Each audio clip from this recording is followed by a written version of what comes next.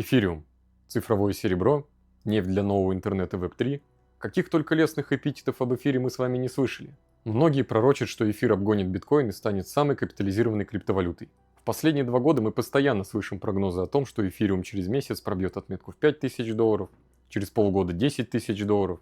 Кто-то вообще говорит, что эфир будет стоить $100 000 через 3, 2, 1, но ничего не происходит. Вернее, происходит, но обратное. В конце июня 2025 года эфириум почти на 30% дешевле, чем год назад. Инвесторы в эфир явно ожидали не этого. Это не случайность, и в этом ролике я детальнее, чем кто-либо, разберу причины, почему эфир не растет. Если вы откроете график эфира, то вы увидите, что в 2017 году эфир установил максимум на отметке в $1400, после чего в 2018-2019 годах эфир обвалился до $80, то есть на 95%. Иными словами, в период медвежьего рынка эфир был лишь немного лучше криптовалюты Dash, которую я разбирал в ролике про инвестирование в альткоины. Тем не менее, в период 2020-2021 годов эфир вырос с $90, который он достиг в период коронадампа, до практически $5000, то есть в 54 раза. Конечно, кто-нибудь может возразить, что это обычный график альткоина, но на самом деле нет. И вы можете сами легко в этом убедиться. Похожие графики вы увидите только у ADA Cardano, BNB, Doge и Ethereum Classic. Все остальные звезды 2017 года либо не обновили максимумы вообще, либо обновили их лишь немного, как, например, Litecoin. Но почему так? Объясняю. У всех перечисленных альткоинов были конкретные причины для роста. В сети ADA Cardano появлялись долгожданные смарт-контракты. BNB в 2020 году обрел полноценный собственный блокчейн BNB Smart Chain или BSK. До этого он был токеном в сети эфира. А Doge, как вы помните, разгонял Илон Маск. Причиной же роста эфира стал сначала анонс, а затем и запуск в декабре 2020 года Beacon Chain, параллельного блокчейна Ethereum на алгоритме Proof of Stake. Тогда же был анонсирован переход основной сети Ethereum с алгоритма Proof of Work на алгоритм Proof of Stake.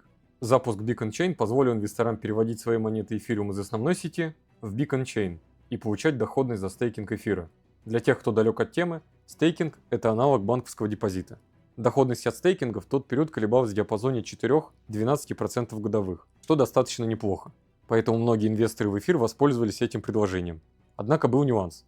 Забрать свои монеты из стейкинга до завершения перехода основной сети на алгоритм Proof of Stake было невозможно. Как вы думаете, повлияло ли это на рост эфира в 2021 году? На мой взгляд, ответ очевиден. Таким образом, в 2021 году эфир рос на ожиданиях перехода на алгоритм Proof of Stake. Это был мощнейший и понятный всем драйвер. Переход, который именуется слиянием или в оригинале The Merge, многократно переносился и состоялся не в 2021 году, а 15 сентября 2022 года. Так началась история Ethereum 2.0. Майнеров сменили валидаторы, держатели Ethereum, чьи монеты заблокированы в стейкинге. К слову, это был первый в истории переход действующей сети с алгоритма Proof of Work на Proof of Stake. Однако после перехода на Proof of Stake у эфира не осталось простого и понятного всем нарратива. Какой сейчас главный хайп вокруг эфира? Назвать его сложнее, чем в 2021 году. Но я уверен, что многие из вас вспомнили про ETF на эфириум. И я тоже вспомнил про него. Поэтому давайте его и обсудим. В январе 2024 года состоялся листинг ETF на биткоин. И это привело к росту биткоина с $41 000 до $73 000 за 2 месяца. А в дальнейшем до $112 000. Но причины такого роста биткоина мы разобрали в прошлом ролике. Сейчас же нас интересует эфириум. В мае 2024 года комиссия по ценным бумагам и биржам США, SEC, одобрила ETF на эфириум.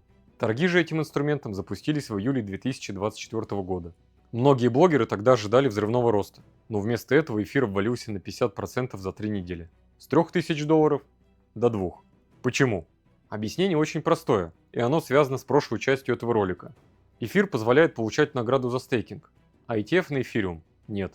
Иными словами, текущая версия спотового ETF на эфириум – это фундаментально неполноценный продукт. Главная фишка эфира после The Merge – это возможность его застейкать и получать 2,5-3% годовых. ETF этого не дает. Зачем крупному фонду покупать ETF, если он может купить реальный эфир, застейкать его и получать пассивный доход? Но здесь возникают две другие проблемы. Проблема первая. Крупному капиталу биткоин понятнее. Нарратив биткоина – цифровое золото. Он прост и ясен для совета директоров BlackRock. Нарратив эфира – мировой компьютер, программируемые деньги. Как вы понимаете сами, для консервативных институционалов это расплывчатая формулировка. Возможно, они воспринимают это просто как набор слов, за которыми нет осязаемой ценности. В истории ведь и правда было много проектов, которые позиционировали себя как что-то уникальное. Вот только большинство из этих проектов просто исчезло. Иными словами, неприятная правда в том, что для крупного капитала эфириум это спекулятивный актив. Проблема вторая. Попробуйте купить эфириум на $1 миллиард. На обычных криптобиржах вы не просто сдвинете стакан сильно вверх, но в вас еще и разгрузится несколько сотен или тысяч розничных холдеров. В итоге институциональный инвестор моментально окажется в минусе. Конечно, они могут совершать внебиржевые сделки, использовать OTC и даркпулы, но так накопление объема займет много времени. Продать же это все будет еще сложнее. Поэтому самый простой для них способ – это ETF. Но проблемы текущей версии ETF на эфириум мы только что обсудили. Поэтому институциональные инвесторы будут ожидать одобрения со стороны SEC на получение дохода от стейкинга при инвестировании в ETF на эфириум. Это позволит им получить дополнительную доходность, которая оправдывает риски, а также сделает актив более привлекательным для их клиентов. В ролике про долгосрочное инвестирование в альткоины я уже вспоминал первого убийцу эфира и самый дорогой проект 2017-2018 годов – EOS. И если честно, эфиру тогда откровенно повезло. EOS получил сильную поддержку на старте, но команда EOS оказалась менее идейной, а сам блокчейн слишком централизованным. EOS фактически управлялся одной компанией – Block One, которая принимала, мягко говоря, спорные решения. И это привело к быстрому оттоку разработчиков с блокчейна EOS. При этом сам эфириум в период ажиотажа вокруг EOS был в плохой форме. Старички крипторынка помнят ноябрь 2017 года и запуск CryptoKitties. Это была первая массовая игра на блокчейне, и она буквально положила сеть эфириум. Комиссии в сети эфириум в тот период могли достигать сотен долларов. Транзакции отправлялись часами. Пользоваться сетью было просто невозможно. Все это стало одной из причин гибели первой децентрализованной биржи Эфир Дельта, которой я, к слову, тогда активно пользовался. Так что в какой-то степени я археолог DeFi. Ты мог потерять десятки долларов, просто выставляя ордер на Эфир Дельте. Причем безуспешно. Ордер не выставлялся, оплата за газ взималась. Если бы в конце 2017 года существовали блокчейны Solana и BNB Smart Chain, то судьба эфира была бы предрешена. Собственно, рекордное ICO EOS, которое собрало более 4 миллиардов долларов, прямо доказывает нам, что инвесторы были заинтересованы в создании конкурента эфира. Но EOS оказался провалом, и эфир выжил. Более детальный разбор EOS смотрите в ролике про правильный подход к инвестированию в альткоины. Однако, пока эфир медленно готовился к масштабным обновлениям, вроде The Merge, у него появились долгоживущие и более опасные конкуренты. Это не просто отдельный убийца эфира, каким был EOS. Это целая армия, которая била и бьет эфириум по самым больным точкам. Речь в первую очередь идет о BNB и Solana. Однако в список конкурентов эфира также можно внести Avalanche, Ton, Cardano, NIR, Tron и другие блокчейны. Да, эфир за это время тоже окреп и подкачался, но он больше не является безальтернативным выбором для разработчиков. Особого внимания заслуживает Solana, про которую по-хорошему стоит снять отдельный ролик. Пока эфир пытался быть мощным, но медленным суперкомпьютером, Solana сразу позиционировала себя как гоночный болид. Ее специализация – максимальной скорости и огромная пропускная способность при минимальных комиссиях. Тысячи транзакций в секунду, комиссии в доли цента и моментальное подтверждение транзакций – все это сделало Solana идеальным блокчейном для DeFi торговли, в том числе мемкоинами, NFT-проектов и игр. В определенной степени Solana уникальный блокчейн, поэтому те инвесторы, которые купили ее в конце 2022 года, сделали очень мудрый шаг. Про BNB говорят несправедливо мало, но давайте будем честны. Просто вспомните, в какой сети вы чаще всего отправляете USDT. С высокой вероятностью вы ответите BNB Smart Chain, BSK. BNB – это быстрая, дешевая, массовая альтернатива эфира. Об этом же нам говорит тот факт, что BNB Chain – лидер по количеству выпущенных проектов GameFi. Других конкурентов эфира рассматривать не имеет смысла. Важно лишь сказать, что все конкуренты эфира так или иначе отбирают у него капитализацию. Причем как с утилитарной точки зрения, так и со спекулятивной. Каждая новая транзакция в сети Solana, BNB Smart Chain или AVAX – это не состоявшаяся транзакция в сети Ethereum. Это не купленный эфир. Более того, скорость и дешевизна транзакций конкурентов перетянули к себе не только ликвидность, но и часть разработчиков и пользователей Ethereum. И это очень важно понимать.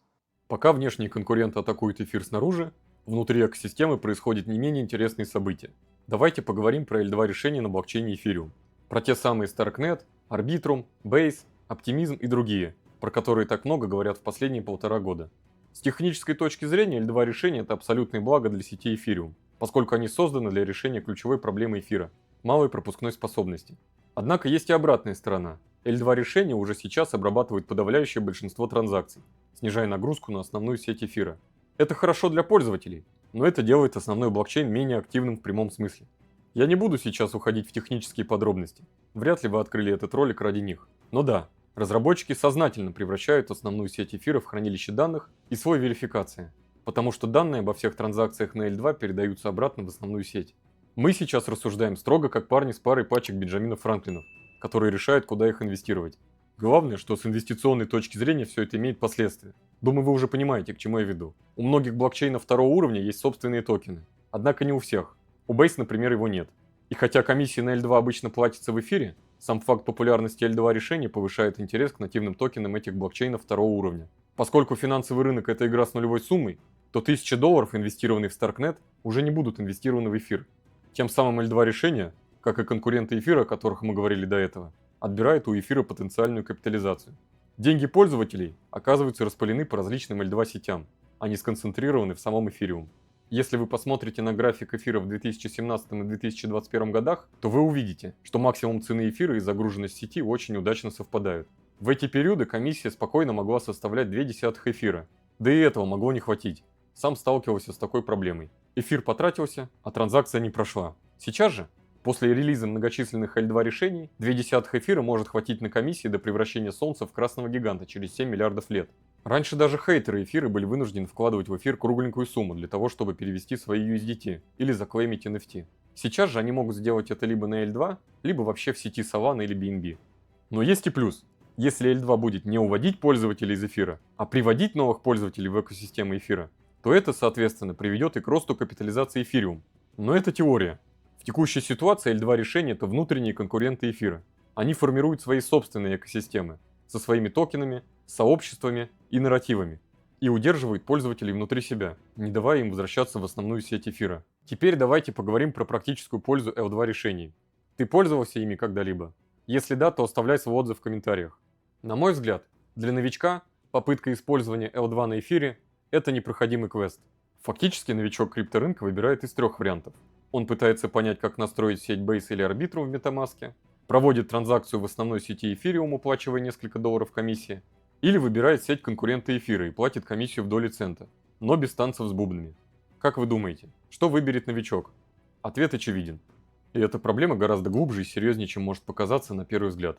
Помимо макроэкономических факторов, о которых мы говорили в прошлом ролике, которые выступают в роли глобального климата для финансовых рынков, не будете же вы сажать пальму в Витебской области? Для роста финансового актива нужно еще две составляющие – крупный капитал и толпа новых инвесторов, в которых крупный капитал, а вместе с ним и мы, будет разгружаться на росте. Да, звучит цинично, но говорю как есть. Про крупный капитал в эфире мы уже говорили в начале ролика. А теперь давайте посмотрим на эфир глазами новичка. Может ли эфир быть привлекательным для нового криптоинвестора? Представьте, вы новичок на крипторынке. У вас $1000, и вы думаете, куда их инвестировать. И вот вы, как когда-то и я, начинаете разбираться, в чем же разница между блокчейнами. И вы обнаруживаете, что комиссия за обычную транзакцию в основной сети эфира после перехода на Proof of Stake и после всех последующих обновлений составляет $2. Да, уже не $20, как было раньше, но все равно много. Потом вы открываете блокчейн Solana и видите комиссию в 0,1 цента. Вникать в использование блокчейна второго уровня на эфире вам будет лень, поэтому вы просто сделаете выбор в пользу Solana, а эфир будете считать медленным и дорогим дедом. Пропускная способность основной сети эфира, то есть без учета L2, на момент записи ролика в среднем составляет 17 транзакций в секунду. Тем временем основная сеть Solana пропускает в среднем примерно 4000 транзакций в секунду, то есть в 217 раз больше. Да, значительная часть из них – это служебные транзакции, но при любом раскладе пропускная способность Solana значительно выше. Кстати, забавный факт. SEO Solana Анатолий Яковенко в декабре 2023 года иронично назвал Solana L2 решением для эфира, так как мост Wormhole, у которого есть известный одноименный токен, позволяет совершать транзакции между этими блокчейнами. Платежная система Visa, с которой эфир часто зачем-то сравнивали раньше, пропускает до 65 тысяч транзакций в секунду. В общем, вы уже поняли, на фоне любого конкурента основная сеть эфира безумно медленная. Я считаю сравнение эфира с Visa некорректным, но оно очень популярно. И это я сейчас рассказываю не про 2017 или 2021 год, речь идет про июль 2025 года. Основная сеть эфира все так же страдает от высоких комиссий и низкой пропускной способности. И в период разгара бычьего рынка вы эту часть ролика точно вспомните при попытке перевести эфир в основной сети с кошелька на криптобиржу, если вдруг решите это сделать. Хотя комиссии стали ниже, основная сеть эфириум остается дорогой для активного использования, особенно в периоды пиковых нагрузок. В таких условиях команде эфира нужно работать в 100 раз быстрее, чтобы эффективно решать проблемы основной сети эфира и упрощать пользовательское взаимодействие с L2 решениями. Но поскольку в эфире нет единого и абсолютного лидера, Виталика Бутерина сложно им назвать, а развитием сети занимается сразу несколько команд разработчиков, Разработчики эфира решают проблемы медленнее, чем хотели бы крупные инвесторы в эфириум. Исторический хардфорк The Merge, о котором мы говорили в самом начале ролика, в результате которого эфириум перешел с алгоритма Proof of Work на Proof of Stake, состоялся на год позже первоначального плана. Не в разгар альт-сезона 2021 года, а на минимумах эфира в сентябре 2022 года. После этого состоялось еще 3 хардфорка. Шанхай Капелла, апрель 2023 года, который позволил выводить застейканный эфир. Обращу внимание, что валидаторы не могли вывести эфир из стейкинга 3 года, с момента запуска Beacon Chain в 2020 году, о котором мы говорили в самом начале ролика. Этот хардфорк изначально планировался на конец 2022 года. Релиз состоялся с задержкой в полгода. Затем Cancun Deneb, который снизил комиссии за транзакции в L2 сетях и внедрил новый, более дешевый тип блоб транзакций. Изначально хардфорк Cancun Deneb планировался в октябре 2023 года. Обновление задержалось на 5 месяцев. И хардфорк Praga Electra, май 2025 года, который, если коротко, упростил жизнь крупным валидаторам и улучшил функциональность криптокошельков пользователей. Сроки релиза этого хардфорка тоже сдвигались несколько раз. При этом несколько раз менялся и состав этого хардфорка из-за разногласий команд разработчиков эфира. Еще в 2022 году Виталик Бутерин добавил в дорожную карту эфира фазу The Surge, по-русски всплеск, главная цель которой заключается в увеличении масштабируемости сети. В частности, в увеличении общей пропускной способности экосистемы эфира, то есть и на первом, и на втором уровне, до 100 тысяч транзакций в секунду. За 3 года с момента публикации дорожной карты в этом направлении было произведено 2 хардфорка. Это уже упомянутые хардфорки Cancun Deneb и Praga Electra. Теперь поставьте на паузу и напишите в комментариях, какой общей пропускной способности достигла сеть эфира, то есть включая все существующие L2 решения за это время. Сколько транзакций в секунду? Ответ. В среднем 170 транзакций в секунду на момент начала июля 2025 года. Не тысяч, просто 170 транзакций. Повторюсь, это пропускная способность всей экосистемы эфира, включая все существующие сегодня L2 решения. И это значительно меньше, чем пропускная способность основной сети Solana. Иными словами, амбициозные планы Виталика Бутерина по достижению 100 тысяч транзакций в секунду спустя 3 года все так же очень далеки от реализации. В качестве реакции на регулярные разногласия разработчиков эфира и переноса обновлений, в июле 2025 года один из ключевых разработчиков Ethereum, Зак Колл, создал новую организацию Ethereum Community Foundation, ECF, призванную сделать то, что Ethereum Foundation, которая играет ключевую роль в поддержке и развитии экосистемы эфира, не может или не хочет. ECF намерена финансировать инфраструктурные проекты, которые развивают экосистему, одновременно повышая котировки эфира. Одной из целей организации является повышение стоимости эфира до 10 тысяч долларов. Все перечисленное замечаю не только я, но и потенциальные крупные или институциональные инвесторы, о которых мы говорили в первой половине ролика. Так что теперь? Забыть про эфир и инвестировать в Solana? Давайте прямо и честно. Тот факт, что я перечислял недостатки эфира, не говорит о том, что я ставлю на нем крест. Все перечисленные проблемы актуальны и влияют на стоимость эфира, но у него есть и ряд преимуществ. Во-первых, после хардфорка Лондон, который состоялся в августе 2021 года, в эфире появился механизм сжигания комиссий, который после перехода эфириум на алгоритм Proof of Stake привел к тому, что эфир превратился в дефляционный актив. Пруф на экране. У эфира динамическая экономическая модель. В периоды низкой активности в сети, как сейчас, летом, возникает небольшая инфляция. Но как только активность в экосистеме эфира возрастает, дефляционный механизм снова берет верх. Иными словами, чем выше активность в сети эфириум, тем больше сжигается токенов эфира, и тем сильнее падает их общее количество. Таким образом, предложение, то есть число доступных в обращении токенов эфира, с сентября 2022 года не растет, но правда при этом и не сильно снижается. Оно остается практически неизменным. Как было 120 миллионов токенов, так и осталось. Это очевидный плюс эфира, которого на текущий момент нет даже у биткоина. С сентября 2022 года намайнили примерно 750 тысяч биткоинов.